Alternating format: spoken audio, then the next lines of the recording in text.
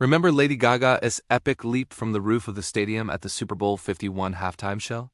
It was a moment that went down in history, but what if I told you that jump wasn't exactly what it seemed? And that her entire performance was packed with hidden messages and behind-the-scenes drama that nobody talked about? Today, we're diving deep into the untold story of one of the most iconic halftime shows ever. We'll uncover the secrets behind the stunts, the subtle political statements she made right in front of millions, and the incredible pressure that almost led to a major onstage fumble. This is the story you never knew about Lady Gaga's Super Bowl masterpiece. Let's start with that jaw-dropping opening. We all watched as Gaga, perched high above the stadium, seemed to leap into the abyss, only to descend gracefully onto the stage. It was pure magic. But here's the secret. The jump from the roof was actually pre-recorded. A few days before the live event, Gaga was filmed making the leap. On game day, as the pre-recorded segment played, the real Gaga was already safely harnessed and waiting lower down, out of sight. The seamless transition from the video to the live descent was a brilliant piece of television illusion. It was all about creating that wow moment while ensuring her safety. The real marvel, however, was happening around her. Those twinkling stars forming the American flag weren't just special effects.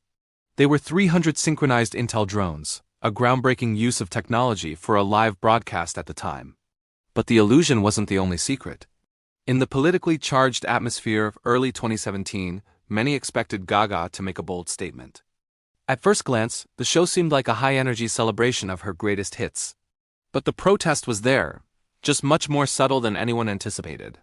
She opened her performance not with one of her own songs, but with a medley of two American classics, God Bless America and Woody Guthrie, This Land Is Your Land. While God Bless America is a straightforward patriotic anthem, This Land Is Your Land has a powerful history as a protest song, a call for inclusivity and equality. By singing This Land Was Made for You and Me, she was sending a quiet but powerful message of unity in a divided nation. The message was woven into the fabric of the show, not shouted from the rooftops. Even her own song choices carried hidden weight. When she launched into Poker Face, a song about hiding your true feelings, she delivered the line, "I'm not bluffing with my muffin." In the context of the time, many fans and critics interpreted this as a defiant nod to the Pussy Hat movement and women's rights protests that were happening. It was a classic Gaga move, embedding a layer of subtext and rebellion within a massive pop hit. She was playing the game, but on her own terms, using her platform to speak to those who were listening closely. It was a performance that operated on two levels: a spectacular show for the masses, and a coded message for those who understood her artistry and the political climate. Now let's talk about the final moment of the show, the now famous mic drop, football catch, and jump off the stage. It looked so cool, so effortless.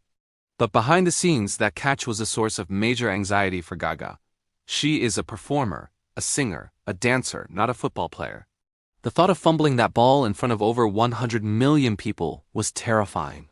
She spent hours and hours practicing that one simple catch, determined to nail it. It symbolized the end of the game, the grand finale of her performance. When she finally caught it cleanly and leaped off the stage, the sigh of relief was probably just as big as the roar from the crowd. It was a perfect, silly ending, as she later called it, but one that required immense focus to pull off flawlessly under pressure. The technical side of this performance was nothing short of a marvel. Planning for the halftime show began a full year in advance. The drone display alone was a massive undertaking. Intel's team had to get special permission from the FAA to fly the drones in what is normally a strict no-fly zone during the Super Bowl. They had to account for wind, weather, and potential signal interference from the thousands of devices in the stadium. Every single movement was pre-programmed. The stage itself was a beast, assembled on the field by a massive crew in just a few minutes during the break. Every light, every pyrotechnic, and every costume change was choreographed down to the millisecond. It was a testament to the incredible precision and teamwork required to produce just 13 minutes of live television. Gaga was the star, but hundreds of people worked tirelessly to make her vision a reality. So, what was the legacy of this performance? In short, it was massive. The Super Bowl 51 halftime show is widely regarded as one of the best of all time. It wasn't just a concert. It was a piece of performance art that showcased Gaga's versatility, showmanship, and intelligence as an artist. Commercially, the impact was immediate. In the hours and days following the show, her music sales skyrocketed. Albums like Joanne and the Fame shot back up the charts. Her digital song sales saw an increase of over 1,000%.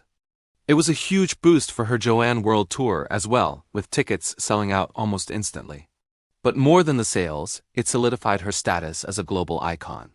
She proved she could command the world's biggest stage with a performance that was both universally entertaining and personally meaningful. The show also had a lasting impact on how halftime shows are produced.